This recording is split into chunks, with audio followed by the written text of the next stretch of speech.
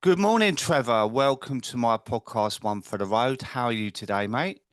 I'm well, Dave. Well, Dave, how are you, buddy?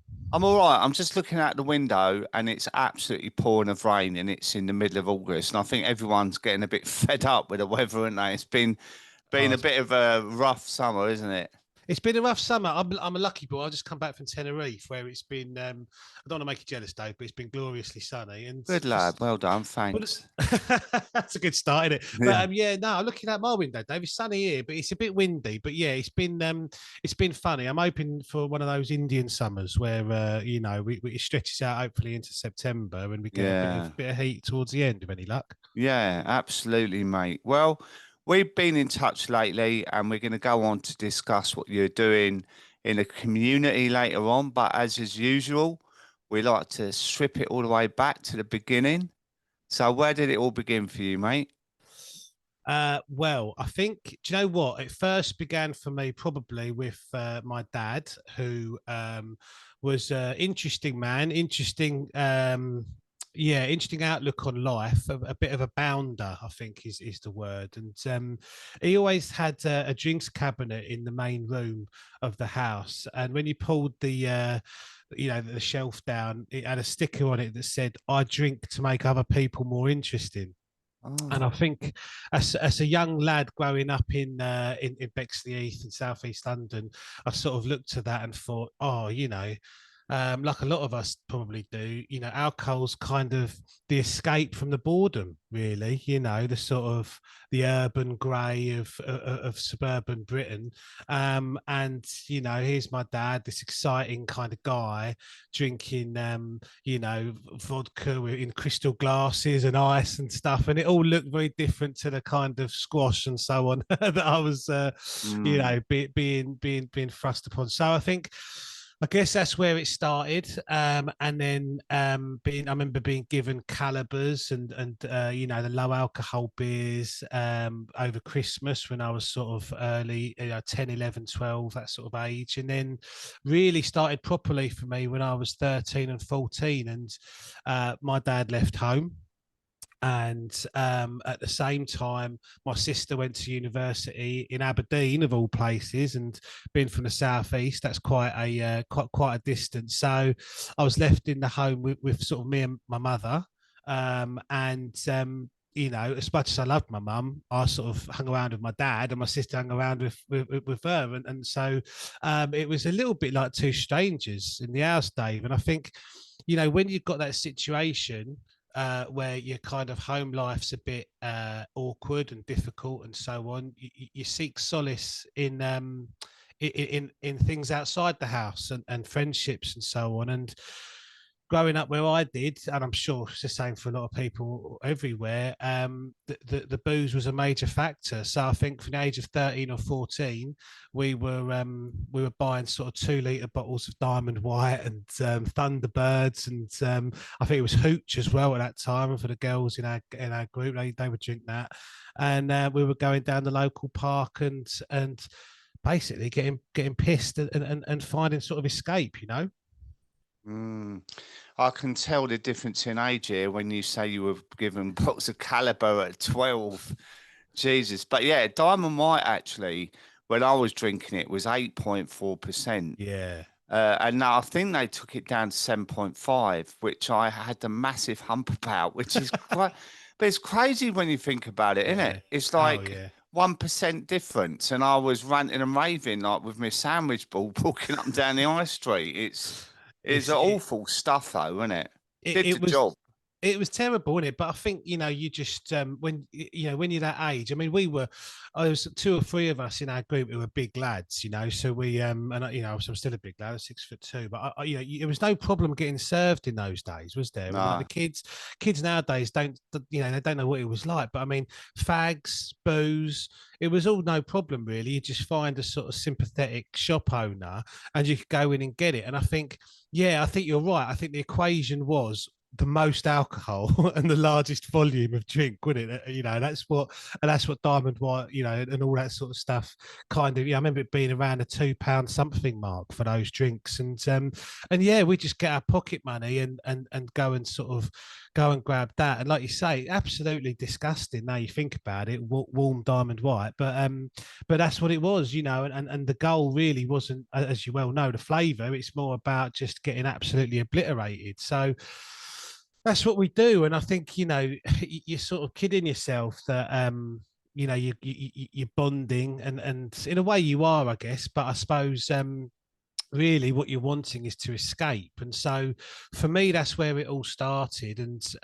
you know, we were in parks doing things we certainly shouldn't have been doing, and drinking very heavily, and then it just becomes very quickly normalized. And for me, that then continued. I ended up yeah, I ended up sort of just even before I was 18, sort of 16, 17, just buying 4 packs of Stella, and sitting indoors playing PlayStation. And, you know, if I had a girlfriend or mates round, again, it would be just beers, beers, beers, and drinks, drinks, drinks. And just, it just became absolutely normalized as part of my life. And, you know, looking back now, I realised that is probably, you know, a reaction to, you know, pain, and like not processing certain things that were going on in my personal life with my dad and so on. And yeah, and it continued into my sort of 20s. Went to university, where a lot of people, you know, if you think you've got a problem, then you definitely compound that problem at university, and make it worse, and add drugs and all sorts of other stuff into the mix. And again, you know, it's commonplace, isn't it? And so yeah, it carried on until you know, I had a few rock bottoms, so we discussed off air, in my sort of late 20s and 30s, which should have been the signal to stop, but wasn't. Then later on in my 30s, I thought it would be a great idea to buy a bar. So I bought a bar, and that was obviously the perfect excuse to get down there every day and be the affable host, and, you know, bring people in and all that, whilst also having 10 pints and a few spirits and anything else that was going round. And then at sort of, I guess it was 37, 38, I had a little look at myself and thought, you know, what am I doing? And began the process of sobering up, which has been a long and hard road, you know. But touch wood, yeah, on that road now and getting there, Dave. All right, mate. Well, I'm gonna have to go back a little bit, otherwise the podcast be over in 10 minutes. Sorry, mate. Yeah, yeah. Sorry. One thing, mate, we'll edit this out, but just move the mic away a little bit because it's popping. Okay, mate. No worries. Yeah. Yeah. So when you say you had a few rock bottoms, in your early 30s, do you mind sharing some of them with me?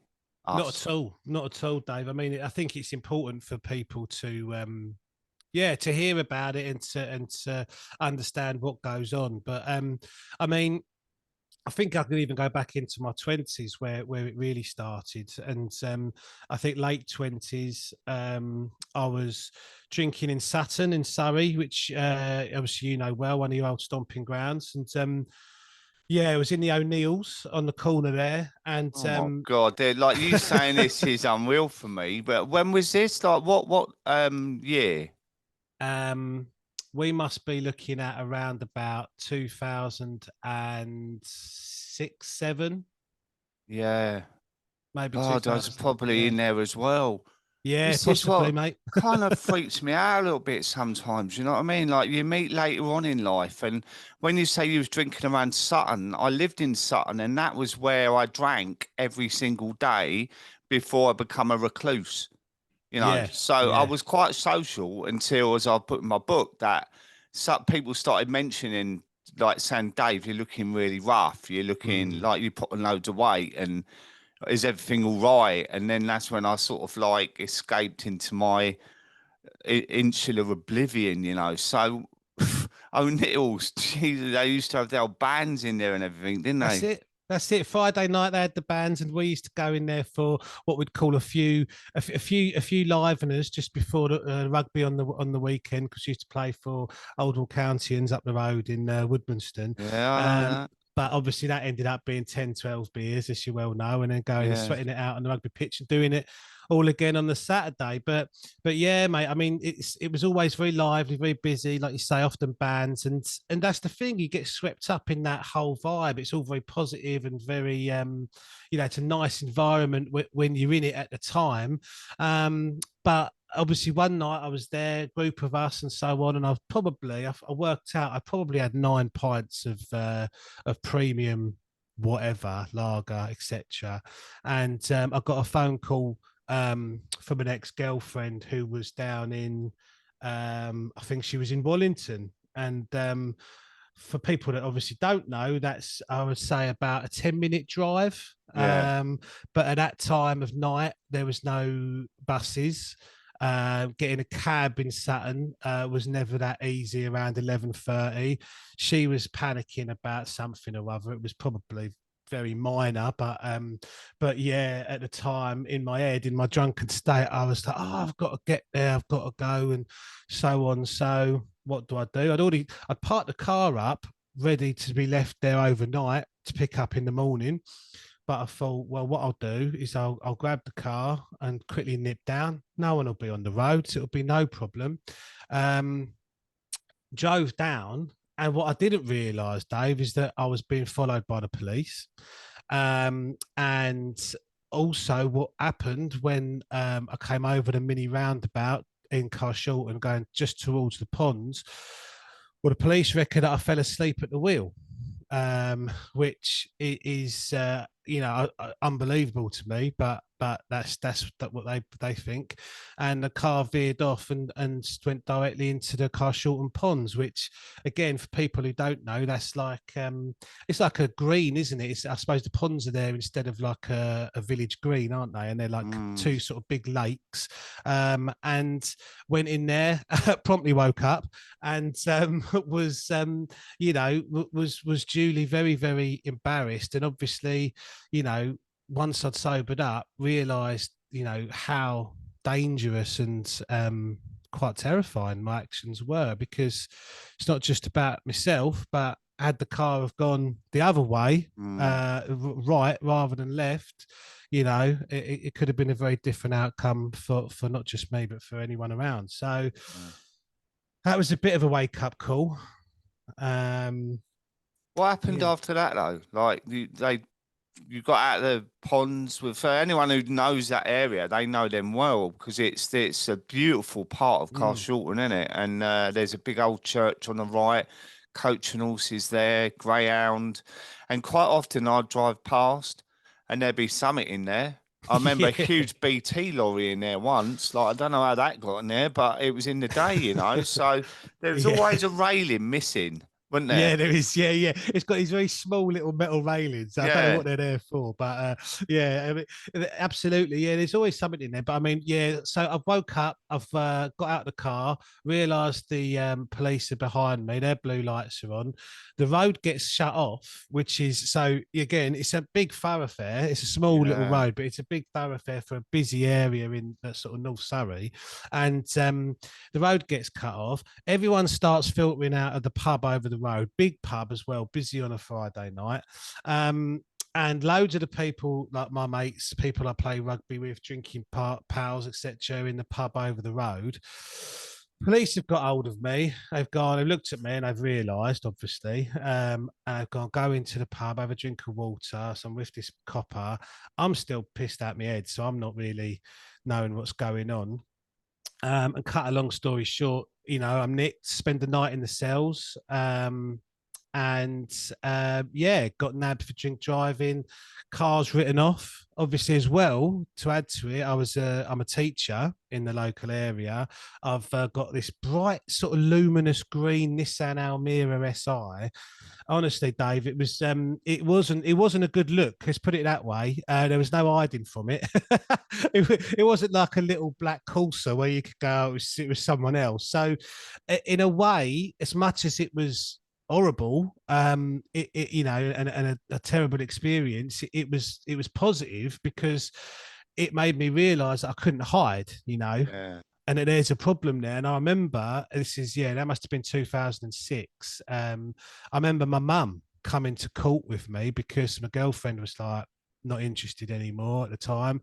And she was there, and I just felt so ashamed and embarrassed because my mum's quite a religious lady, you know, wouldn't say boo to a goose, you know, not and yeah, had no sort of understanding or recollection of this world that I was sort of thrusting her into. And I just remember this awful feeling of guilt. Um, and yeah, I mean, was a bit of an eye opener, mate, to be honest with you. It is an eye opener.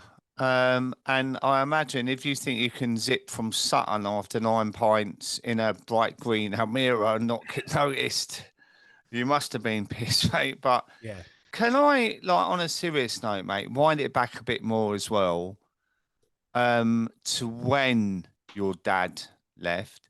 Because what strikes the similarities there is you were the same age as me when my mum left. Mm.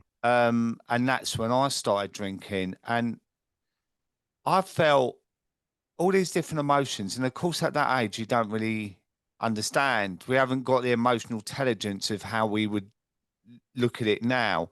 And I felt abandoned, alone, lost. And when I Yeah. started drinking, it made me feel confident, accepted by my mates. Is that when you started drinking? Is that how you felt?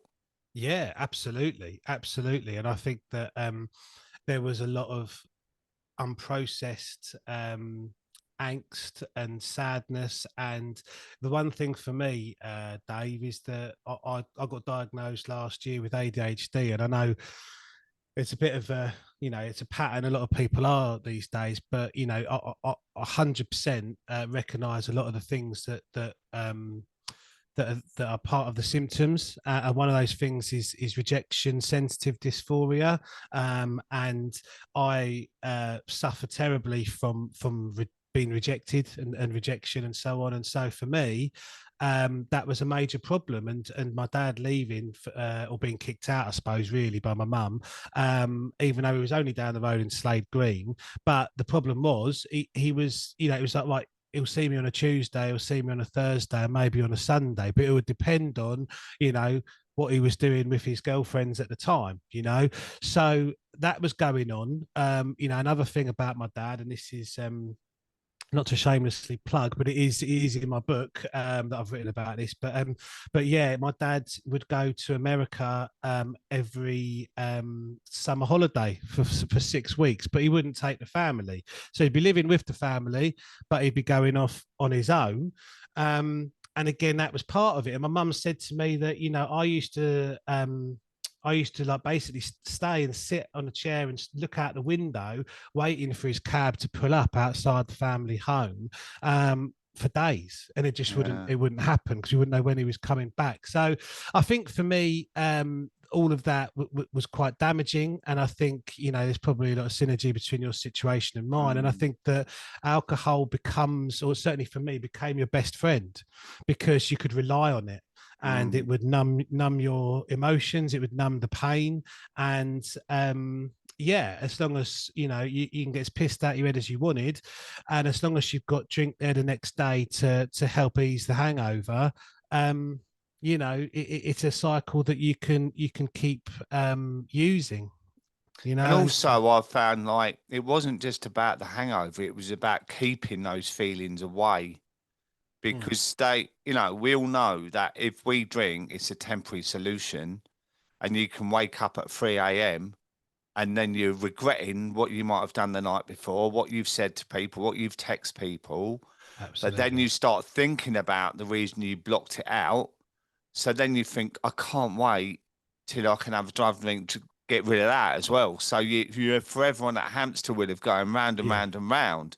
And when you stop drinking, this is the practical side of it is actually, I think, one of the easiest bits. It's dealing with the emotional side. That's the thing. Because we blocked it out. Like for me, I blocked it out 40 years, right? Yeah, So I yeah, went back to being 14 years old emotionally. yeah, When I yeah, gave up, it was like, what what do I do now then? yeah. And that's where the work comes in, isn't it? Absolutely, mate. Yeah, absolutely. And I think that you have to go back to that point in time, and you have to do the work. And really, for anyone who's had a serious drinking problem, it you know it, 99% of the reason for that is probably because of some sort of emotional trauma that you haven't dealt with. And I think you've got to be alone with yourself, and you've got to ask yourself those difficult questions, because if you don't do that, I think it's going to be very difficult to stay sober.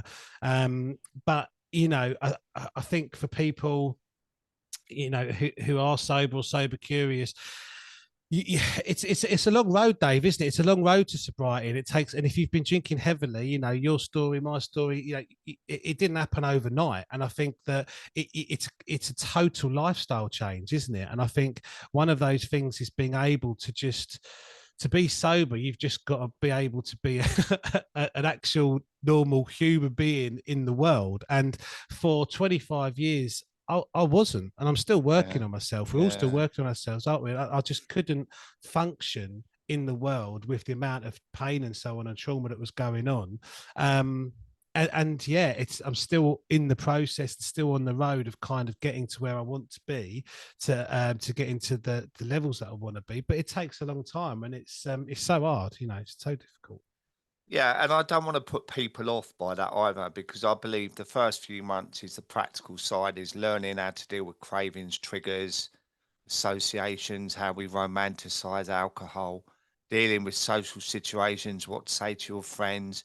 That's the first bit. But I always say the emotional bit's the second phase of sobriety.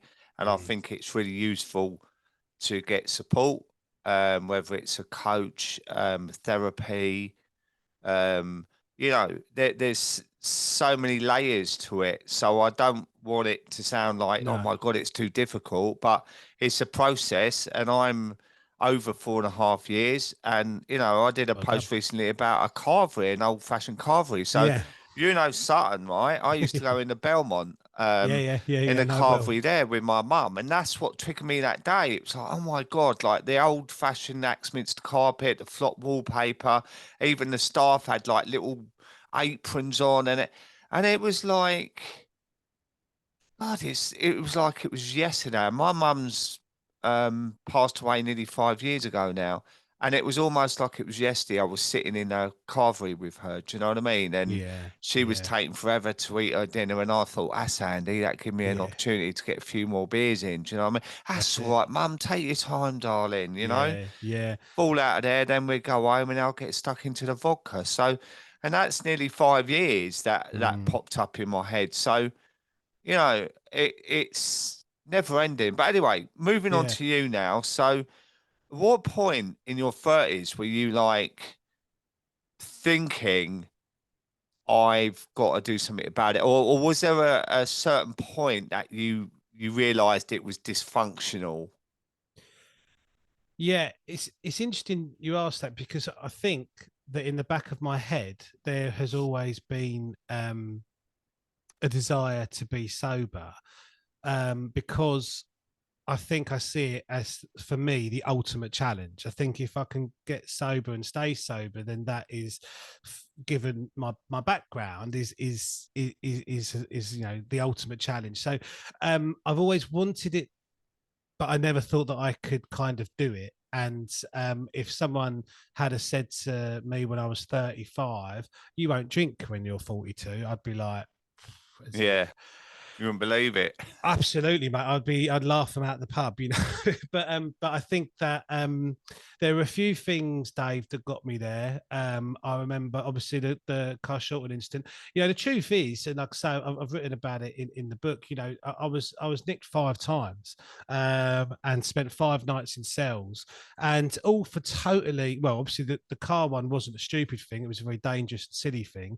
But then things like shoplifting, Dave, like, I was earning good money. I was not, it was nothing to do with money or finances, but just for, you know, giggles because I was off my head with my mates. I'd be going into Sainsbury's and sort of taking things for trains home, and you think like, what on earth is going on there? Like, it's totally ludicrous, and loads of things like that. I ended up getting, like I say, 5 nights, 5 separate occasions in cells, and I got off most of them because I could say to people, look, I was drunk out of my head, I was being a complete whatever, and I'm really sorry, and that sort of accumulates and accumulates and accumulates. And I remember, obviously, I got 2014. I got divorced, and I had to leave the family home with my first wife, and that that I had a 5-year-old daughter, and that was very painful, having to leave her, but fundamentally it was the right decision. Alcohol played a heavy part in that. I would say on my part, I was not a good husband, and was, what it's like, Dave. It wasn't that I did anything specific, but you're just not really available. Yeah. Because your headspace is constantly focused on the next drink and the next drink and the Yeah. next drink, so you're never there. So that happened, which is a problem. Then I moved to Folkestone in Kent, seaside town, very lovely, and met my current wife, who I'm very happy now. I've got 3 more kids. I've got 4 kids in total, which is a beautiful thing.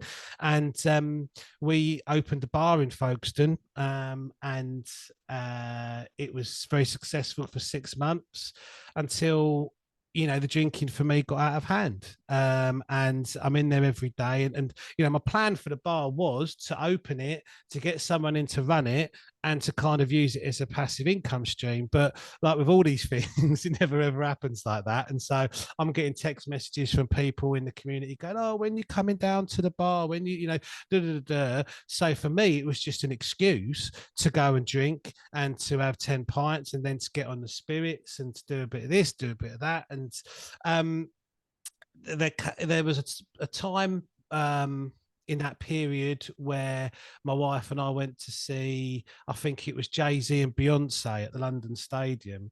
And my wife had been looking forward to that for a long time. Me, not so much, but we did that, and I was really pissed really early on, and ended up getting thrown out of the gig.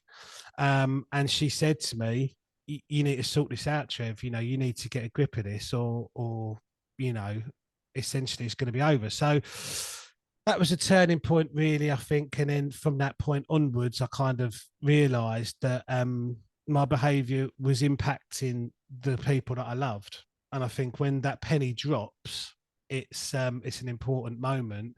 And so I started the sort of long, slow climb, if you like, back to where I needed to be, I guess. And what did that look like? Like, did you have like a couple of days here and there, and then went back to it, or? Say that again, mate. Sorry, I lost you completely there. How did that look like when you say the long, slow climb? Did you try and then not succeed and then keep trying? What was that like? Well, for me, I started cutting down initially because I was drinking at quite quite a lot a day, and you'll know what that's like towards the end of your sort of when you became sober. I think you was drinking gallons of vodka, weren't you, Dave? Yeah, liters of vodka, 3 yeah. bottles of wine, but I didn't cut down. I just went for it, which in Oh, well hindsight is done, mate. dangerous. Do you know what I mean? Well, that was my thing. I did a little bit of Dr. Google research on it, and I saw Yeah. that like I try and cut down, and I did, and I got to a point where I thought like, well, I had like 2 or 3 beers last night. Can I get through today without having any beers, and just try to keep the goal of waking up tomorrow and that positive feeling of waking up and then, did I drink last night? No, I didn't. You know what I mean? And you're Yeah, it's buzzing, aren't you? euphoria, isn't it? It's amazing, yeah. So I got to that point, and then I've just I'm very lucky because my wife doesn't drink. She's teetotal now. When I met her, we were both massive pissheads together, but now she's she doesn't do it. So that's a real support mechanism for me. And I just, it's very hard. I found that Quit Lit was a real was a real thing that I needed. And, you know, I've said this on other podcasts as well, you know, even the ones that you think won't resonate with you, like Claire Pooley's books and stuff, had a massive impact on me, massive positive impact. Obviously things like your podcast, Dave, and stuff, and just realizing that there's a community that's a bit different. And I think for me, when I was drinking, heavily, I felt that I was like in a special club. We're the drinkers club, and you know, yeah, these other guys, they don't understand. We're hardcore, you know, blah blah blah blah blah, and all that. And it's all a lie. And then I think I slowly got intrigued by this other club, which was the sober club, and it looks really nice and friendly in there, and everyone's really kind, and we're all trying to help each other. And yeah, my interest grew in that. I learned a little bit about the science of it and David Nutt and why I'm so, and I learned obviously that I had ADHD and that is a problem with it, you know, it provides problems with addiction. And slowly but surely got to alcohol change as well. We were both part of as well. Have had a massive impact on my sobriety. And again, like I say, for me, it was a learning curve getting to that, getting to a point where I just felt that I can do without it, you know. But it took months, Dave. I'll be honest with you, it took months. And when was that? When was your sobriety date? So I have been now sober for, to be honest with you, I've dropped in and out of it, and I've had you know, I've done certain times where I've had a drink and I kind of regretted it, and certain times where I've had. So for this year, I've probably been. I've got it all on that. I use the Try Dry app, and I've been sober for a majority of days, but there will still be 4 or 5 days where I'm kind of well, I drink. So, for instance, West Ham, as I'm a big West Ham fan, I went to Prague, we won the European Cup, and I ended up in the elation of that getting talked into having a drink. And as soon as I had that drink, I regretted it. And I thought, why have I done that? You know, why have I done that? So it's still an ongoing battle for me, Dave, and I'm still kind of working through it and working with it. But I mean, I would say that, you know, without looking at the app and not having it on it, I've been sober sort of 95% of this year.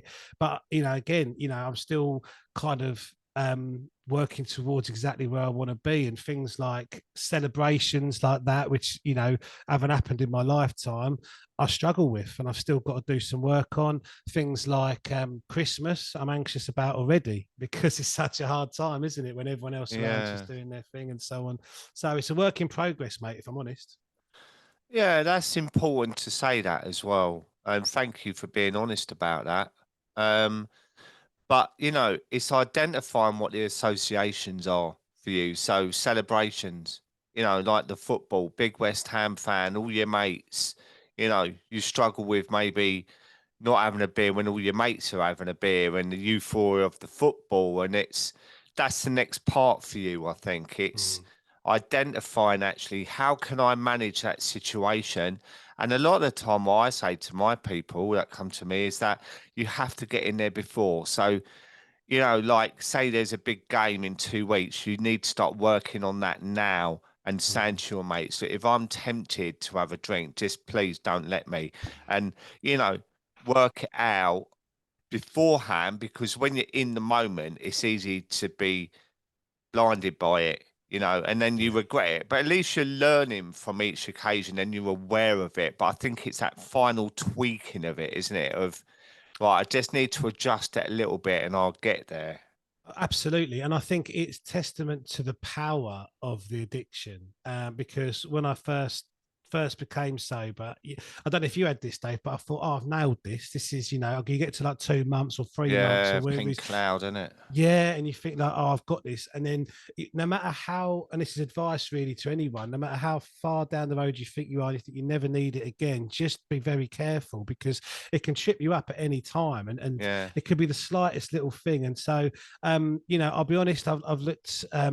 I'm now beginning to think about going to some meetings, which again, I didn't think about before, but you know, I think it's recognizing that you need the support, and you know, we are, it's a very positive community to be in, the sober community, in my opinion, and you need to use it however you can, because it's a lonely road sometimes being sober. And I think you Yeah, alluded to it earlier, you know, your friendships change, the yeah, phone rings a little bit less because you know, a lot of people who still are drinking possibly don't want to be reminded about their drinking, or yeah, all maybe of they that. just, whatever it is, it maybe I don't want to be with that boring bastard Trevor anymore because Yeah, he's not drinking, yeah. whatever it is, you know. So it's a difficult thing, you know, and you have to adapt. But I mean, for me and most people, I think the positives massively outweigh the negatives for sure. Absolutely, mate. So, talk to us about liquid choices. What is this? So, Liquid Choices is a CRC I started this year, which is fundamentally the campaign for alcohol-free options. And what we are aiming to do is improve the alcohol-free selection in the hospitality sector. So, you know, we're all hopefully very aware that there are certain pubs, bars, etc., that you can go to which have a fantastic array and range of alcohol-free choices. And there are some places you can go to where you walk in and say, "Oh, what have you got that's alcohol-free?" And look at you and sort of say Diet Coke Yeah, or Heineken Zero or Beck's Blue. yeah. And the amount of high quality, robust alcohol-free options that are out there in like retail does not compare in the slightest to what is being represented in hospitality. So, you know, we're very aware that 15% of people who are sober relapse when they're not presented in pubs with robust alcohol-free options. So, you know, as we've discussed, like a lot of my you know, a lot of my sort of growth has come through football matches, events. I'm a big music fan, like yourself, mate. You know, and those sort of events, you know, if you go to them with your mates, and like me at the football at Prague, you know, and if you're not presented with a half decent alcohol-free, you know, option, you can quite easily relapse. And 15% of people do relapse. You know, that's a stat that we've sort of were using with the campaign, and we think that's wrong. And you know, we are aiming to try and pressure the hospitality sector, but also provide a really decent, high quality, progressive list of options that we have kind of vetted and we think are really, really good and that are going to stay the course, that pubs and bars can take on and can hopefully provide, you know, a really good experience for all of their customers, not just the ones who are drinking alcohol. So, have they come for the people that don't like I've been to a hotel before and looked at their menu, and there's virtually nothing on there, and this is like a big brand as well, this hotel Yeah, chain. yeah. Have they come up with the reasons why they're so limited? Yes, I mean one of the reasons is suppliers, Dave, and obviously, you know, like in the pub on trade in industry, there's, you know, you've got certain suppliers who, so like Heineken is obviously one of your biggest ones, and they're obviously only wanting to push Heineken Zero. So it's contracted in that it's very, very difficult for them to be able to provide, or whether they're willing to provide basically anything other than their own product. They want to keep their own Yeah. product in there. So that is a massive issue, which is why we feel that this campaign can't just be fought with us going out to people and offering these different choices, because that can't happen. We actually feel that we're going to have to go to MPs and to Parliament and to try and force through change on a licensing level, which is, we know is going to be incredibly difficult. We know it's going to be a long, long road. So yeah, I mean, in the first instance, yeah, the reason is supply and you know, just pubs not being able to supply the new sort of progressive type drinks. But there is hope, because there are a lot of independents and places that are kind of keen to try new things.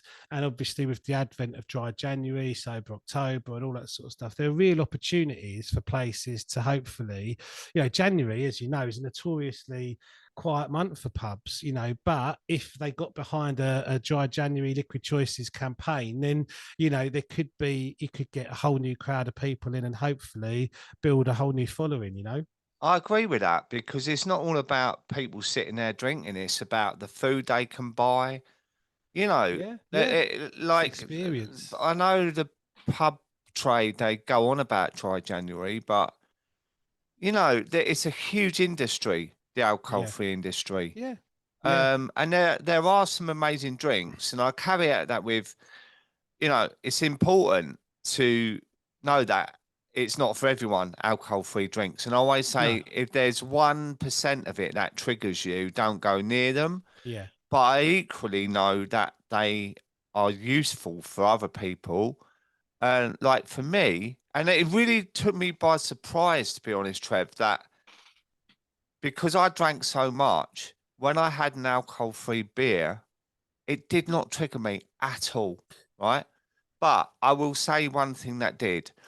I went to a well-known brand that opened a pub in Old Street, and I said, I'll have one of them. And she poured me a pint. And it was the pint that triggered me, not the drink. It was the pint glass. mm, And I said to her, I can't have that. Can I have a half a pint? Well, I'd never drink half a pint. That was ridiculous. no, no, You never ever in a get million years. ridiculed. Yeah, So yeah, it's almost like what suits you. And I also know that a lot of these alcohol-free drinks have helped get people sober. And do you know yes, what? I only want one.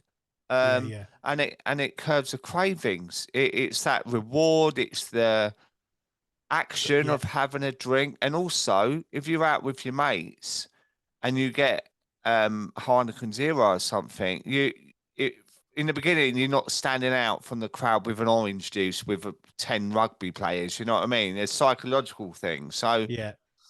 I it's totally agree, but yeah, yeah. I think it's interesting that you say like it can be triggering, and obviously we're acutely aware of that.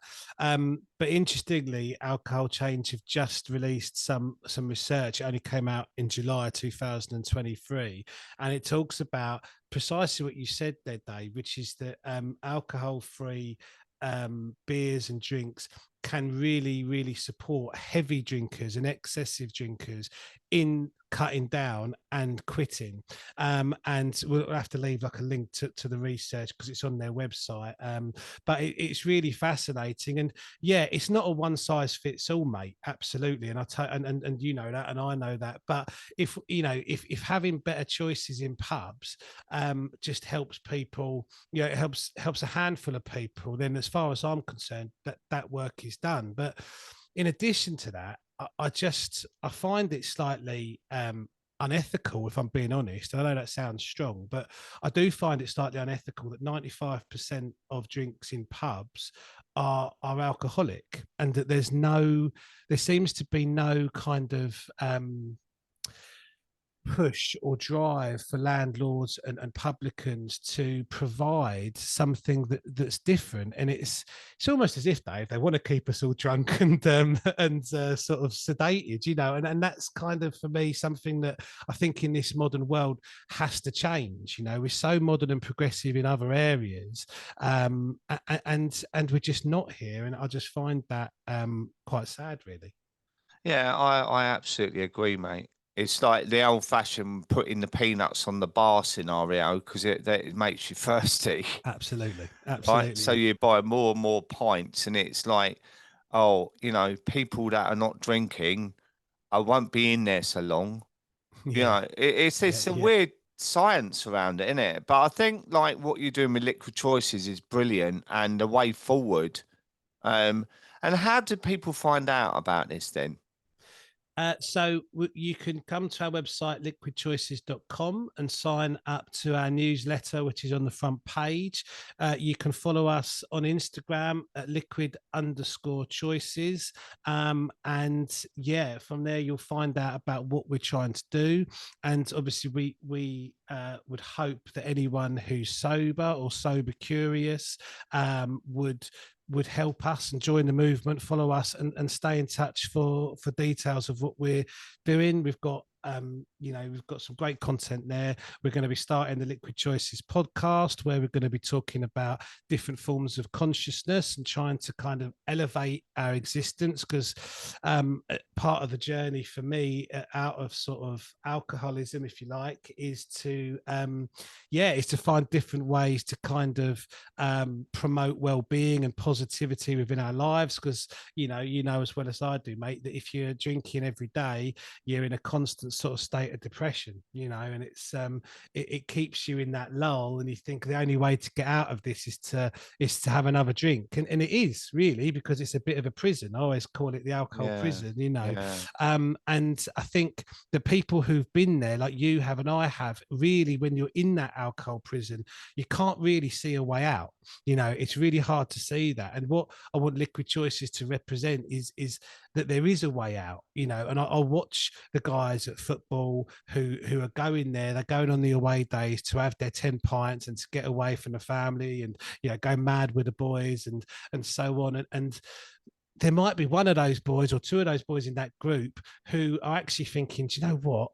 I don't want to be really hungover tomorrow. I actually wouldn't mind having. And so it's those people, obviously all people, but those people fundamentally I want to reach and say to, there is a way out. We can do this, and there is support there, and we can help you. So Liquid Choices is part of that, So yeah, do get in touch and stay in touch, and hopefully we can all, one of the things I've always said is that sober community is so cohesive and so lovely, but I think the next step for the sober community is to try and get out into the real world, if you like, and try and really make an impact there. And that's hopefully where we can all work together, and Liquid Choices can kind of spearhead that.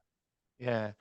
And I really want to say as well that I haven't got you on this podcast to promote Liquid Choices. It's part of your journey, and I think it's a brilliant thing what you're doing. And I wanted to talk about it because, alcohol-free options is a huge part of our new life. Absolutely. When you stop drinking, and there are individuals that will go, do you know what? There's that saying in there: if you go in a barber shop long enough, you want your hair cut. Yeah, but we've all got choices, right? Yeah. Yeah, and absolutely. for me, I'm absolutely okay with them. I'm not one for this kind of the spirit alcohol-free ones. They don't really float my boat. No. And to be honest, if I have one alcohol-free beer, that's enough for me. I'm quite happy after that. It's weird, isn't it? It's like I would drink 20 pints, but now I'll have one little bottle and I'm full up. Absolutely. Yeah, it changes your whole perception going sober. And I think what you said about the little reward, I mean, for me, at 4 p.m, as soon as that hits, I'm opening an ice cold alcohol-free beer, and that is my little reward at the end of the day. But for someone else, it might be, it might be something else. And I've got a meeting after this later today with Sentia Spirits, who David Nutt, isn't it? David Nutt, yeah, and these drinks that he's creating give you that little sort of GABA. Yeah, the little GABA buzz, and you think, I'm not sure how many people who are sober or who are still drinking know about this stuff. Do they know that this is available? And that actually, there are other options out there that are really, really good and really progressive without, without having to get drunk and have the sort of dehydration and the regret of who you've texted and all that the next day. So it's just it's really, really evolved, the alcohol-free market. And any way we can try and get that out there and give people better choices in their life, we want to do, Dave. Well, do you know what? I'm very fortunate that I've had Professor David Nutt on my podcast. I know, mate. Yeah. And he discussed it. And, it's easy for us to go, oh, I'm not sure about that. The high without the hangover, blah, blah. but it actually specifically works on the GABA neurotransmitter, which, it's the relaxant. It makes you relax, Yeah, and what's wrong with that is there's no alcohol in it. And it's a it's not drink that addictive. helps you Yeah, relax. So he's actually sending me out a couple of bottles this week, so I'm going to give it a try. And you lucky devil. yeah, yeah, yeah. It's not what you know, David. Yeah, no, it's good. I mean, it's like you say, it could be the future, couldn't it, Dave? And I think he's working on other things, isn't he, in his lab? Psychedelics, we talked about that, Yeah, like microdosing. It can help. I wouldn't say cure depression, but it can curve it for months on end. One microdose, So it's scientifically based. So yeah, I think it's the way absolutely, forward. totally, We don't want totally to be agree. stuck back in the day. And I find it really interesting as well. I love all the science around this, like you, when I stopped drinking.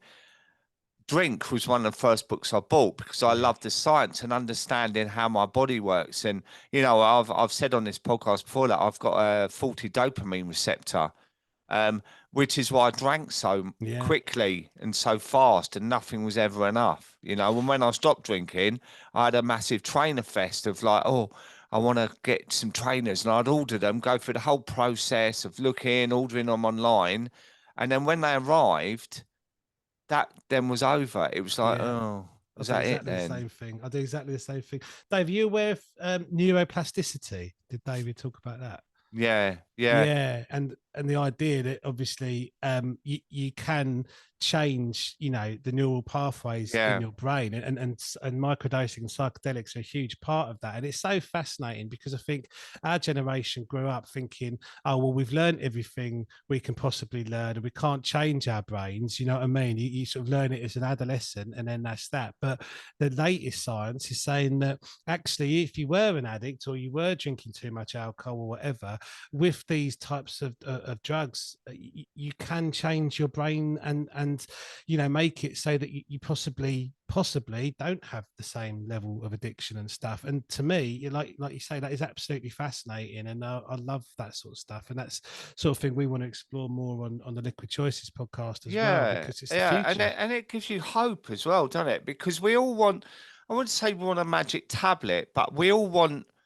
research, and Mm, science-based research is valid, right? And it's yeah, like if they're finding all these new things out about how to switch off this part of the brain that makes us obsess about alcohol every day, um, surely that's a good thing, right?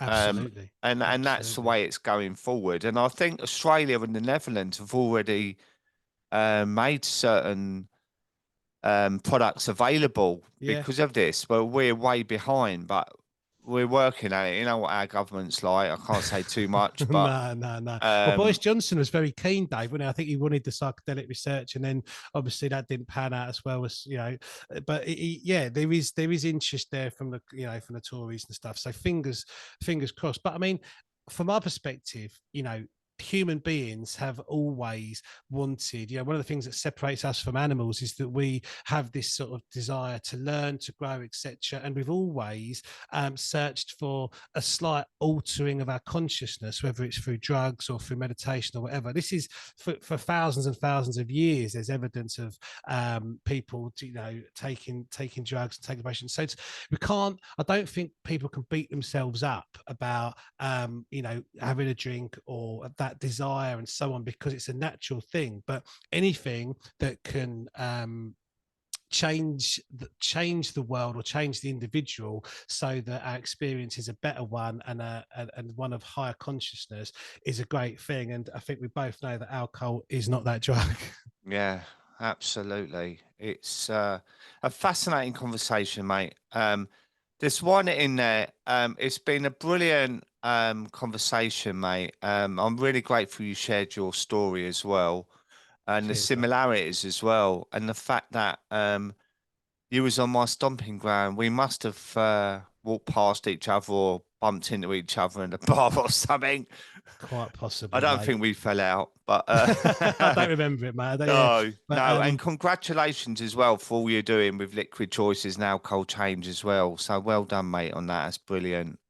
Thank you, Dave. Thanks for having me on, and thank you for everything that you do for the community. You are an Oh, inspiration to a lot of us, mate, and thank I'm you, very mate. grateful. Thank you so much, Trevor. And maybe one day I'll see you somewhere. We'll meet in For the an real orange juice. world. All right. Yeah, Yeah. All sounds right, good. mate. All the Thanks a lot. best. Bye, Cheers, buddy. mate. Bye. Bye.